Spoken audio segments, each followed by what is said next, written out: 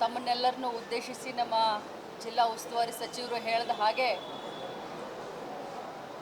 ಏನು ಕೇಂದ್ರ ಸರ್ಕಾರದ ಬೆಲೆ ಏರಿಕೆಯ ನೀತಿ ಇರಬಹುದು ಅಥವಾ ದೇಶದಲ್ಲಿ ಸಂವಿಧಾನವನ್ನು ಕಗ್ಗೊಲೆ ಮಾಡ್ತಾ ಇರುವಂಥ ನೀತಿ ಇರಬಹುದು, ಸಂವಿಧಾನ ಬಚಾವೋ ಆಂದೋಲನ ಮತ್ತು ಬೆಲೆ ಏರಿಕೆಯ ವಿರುದ್ಧವಾಗಿ ಇವತ್ತು ಮುಂಬರುವಂಥ 27 ಅಥವಾ 28ನೇ ತಾರೀಕು ಬೆಳಗಾವಿಯ CP-ED ಮೈದಾನದಲ್ಲಿ ಈಗಾಗಲೇ ಸ್ಥಳ ಪರಿಶೀಲನೆ ಮಾಡಿದ್ದೀವಿ. ಬೆಳಗಾವಿಯ CP-ED ಮೈದಾನದಲ್ಲಿ 27 ಅಥವಾ 28ನೇ ತಾರೀಕಿನಂದು ತಮಗೀಗಾಗಲೇ ನಮ್ಮ ಜಿಲ್ಲಾ ಉಸ್ತುವಾರಿ ಸಚಿವರು ಹೇಳಿದ ಹಾಗೆ ನಮ್ಮ AICC ಅಧ್ಯಕ್ಷರು, ಕಾಂಗ್ರೆಸ್ ಪಕ್ಷದ ಅಧ್ಯಕ್ಷರಾದಂಥ ಮಲ್ಲಿಕಾರ್ಜುನ್ ಖರ್ಗೆಜಿಯವರ ಆದಿಯಾಗಿ ಈ ಒಂದು ಕಾರ್ಯಕ್ರಮದಲ್ಲಿ ಸುರ್ಜೇವಾಲಾಜಿಯವರು, ವೇಣುಗೋಪಾಲ್ಜಿಯವರು ಭಾಗವಹಿಸುವಂಥ ಈ ಒಂದು ಕಾರ್ಯಕ್ರಮ ಆಗಿರುತ್ತೆ. ಇದು ನಮ್ಮ ಚಿಕ್ಕೋಡಿ ಜಿಲ್ಲೆ ಮತ್ತು ಬೆಳಗಾವಿ ಜಿಲ್ಲೆಗೆ ಸಂಬಂಧಪಟ್ಟದ್ದಾಗಿರುತ್ತೆ.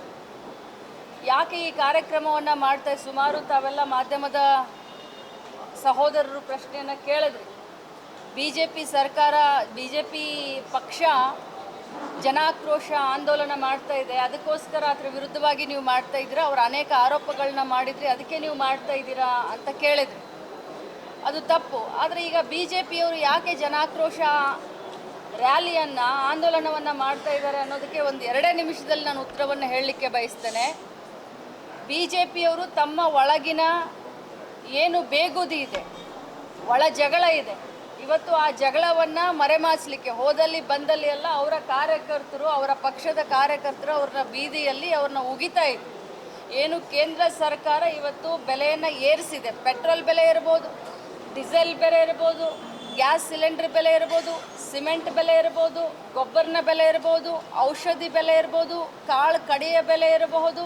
ಪ್ರತಿಯೊಂದು ದಿನಸಿ ಸಾಮಾನದ ಬೆಲೆಯನ್ನು ಹೆಚ್ಚಿಗೆ ಆಗಿರೋದ್ರಿಂದನೇ ಕರ್ನಾಟಕ ರಾಜ್ಯದಲ್ಲಿ ನಾವು ಗ್ಯಾರಂಟಿಯನ್ನು ಇಂಟ್ರಡ್ಯೂಸ್ ಮಾಡಿದ್ದು ಯಾವುದಕ್ಕೆ, ಅದನ್ನು ಮೊದಲು ನಾನು ಮಾಧ್ಯಮದ ಸಹೋದರರಿಗೆ, ಕರ್ನಾಟಕದ ಮಹಾಜನತೆಗೆ ಹೇಳಲಿಕ್ಕೆ ಬಯಸ್ತೇನೆ. ಗ್ಯಾರಂಟಿ ಜನ್ಮ ತಾಳಿದ್ದೇ ಬೆಲೆ ಏರಿಕೆಯ ವಿರುದ್ಧವಾಗಿ. ಬೆಲೆ ಏರಿಕೆಯಾಗಿ ಏನಾದರೂ ಒಂದು ಸಹಾಯ ಮಾಡಬೇಕು. ಕರೋನಾದಲ್ಲಿ ನಮ್ಮ ಅಕ್ಕ ತಂಗಿಯರು ಸಂಕಷ್ಟ ಪಡ್ತಾ ಇದ್ದಾರೆ. ಸಿಲಿಂಡರ್ ಬೆಲೆ 400 ಇದ್ದಿದ್ದು 950 ಆಯಿತು. ಪೆಟ್ರೋಲ್ ಡೀಸೆಲ್ ಬೆಲೆ 100 ರೂಪಾಯಿ ಆಯಿತು.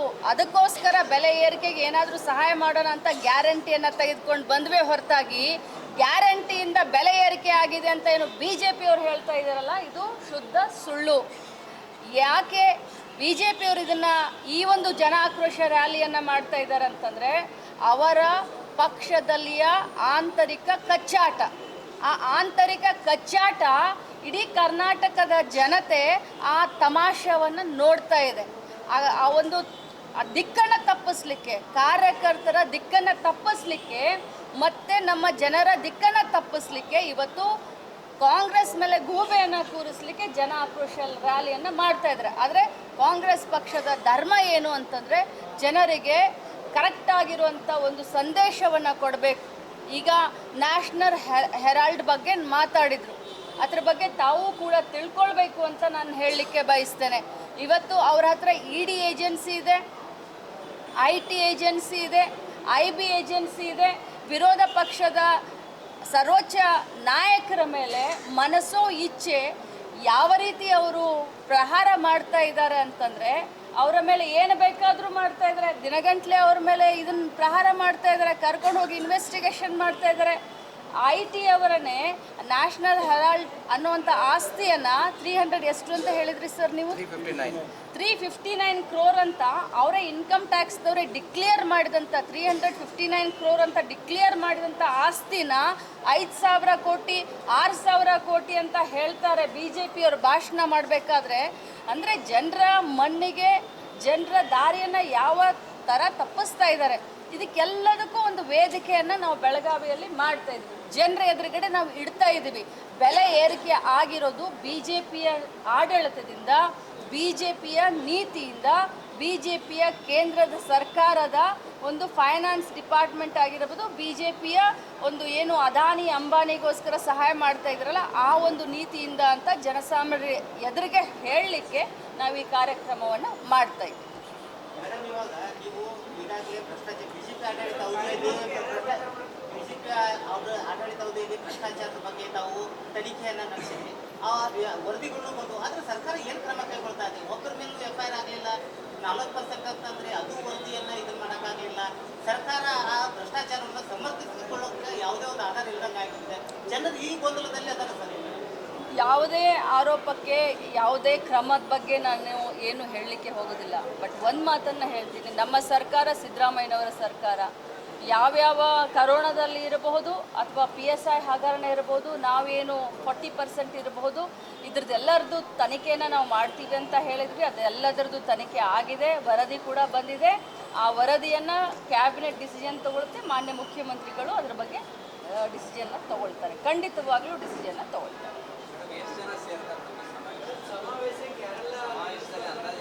ನೋಡಿ, ಅದಕ್ಕೆ ಈಗಾಗಲೇ ನಾವು ಮೀಟಿಂಗ್ನಲ್ಲಿ ಮಾತಾಡಿದ್ದೀವಿ. ಅದ್ರ ಬಗ್ಗೆ ಜಾಸ್ತಿ ನಮ್ಮ ವರ್ಕಿಂಗ್ ಪ್ರೆಸಿಡೆಂಟ್ ಅವರು ನಾನು ಹೇಳಿದ್ದೀನಿ. ಮಂತ್ರಿಗಳು ಎಲ್ಲರೂ ಬರ್ತಾರೆ. ಎಲ್ಲರೂ ಬರ್ತಾರೆ. ಬಿಜೆಪಿ ನಾಯಕರು ಮೊದಲೆಲ್ಲ ಹೇಳ್ತಾರೆ ಜನಾಕ್ರೋಶದಿಂದ ಸಿದ್ದರಾಮಯ್ಯ ಸರ್ಕಾರ ಹೆದರಿದೆ, ನಡುಗಿ ಹೋಗಿದೆ, ಪ್ರತಿಭಟನೆ ಮಾಡ್ತಾ ಇದ್ದಾರೆ. ಇದು ಅದಕ್ಕೂ ಅವರ ಒಂದು ಆರೋಪಕ್ಕೂ ಇದಕ್ಕೂ ಸಾಮ್ಯತೆ. ನೋಡಿ, ಒಂದು ಸುಳ್ಳನ್ನು 1000 ಬಾರಿ ಹೇಳಿ ಸತ್ಯವನ್ನು ಮಾಡಲಿಕ್ಕೆ ಹೊರಟಿದ್ದಾರೆ BJPಯವರು. ಒಂದೇ ಒಂದು ಸುಳ್ಳನ್ನು ಸತ್ಯ ಮಾಡಲಿಕ್ಕೆ ಹೊರಟಂಥವ್ರಿಗೆ ನಾವು ಜನರಿಗೆ ಹೇಳಬೇಕಲ್ಲ, ತಪ್ಪು ಸಂದೇಶ ಹೋಗಬಾರ್ದು. ಏನು ಸತ್ಯ ಇದೆ ಅನ್ನೋದನ್ನು ನಾವು ಜನರಿಗೆ ಹೇಳಬೇಕಲ್ಲ. ಇದು ಅವ್ರಿಗೆ ಕೌಂಟರ್ ಮಾಡುವಂಥ ಅನಿವಾರ್ಯತೆ ಕಾಂಗ್ರೆಸ್ ಪಕ್ಷಕ್ಕೆ ಇಲ್ಲ. ಆಯಿತಾ ಸರ್?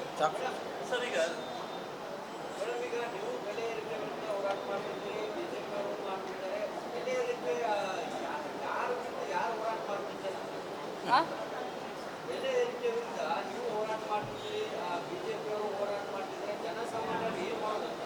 ನನಗೆ ಒಂದು ಪ್ರಶ್ನೆಗೆ ಉತ್ತರ ಕೊಡಿ. BJPಯವರು ಯಾವ ಬೆಲೆ ಏರಿಕೆ ವಿರುದ್ಧ ಹೋರಾಟ ಮಾಡ್ತಾ ಇದ್ದಾರೆ?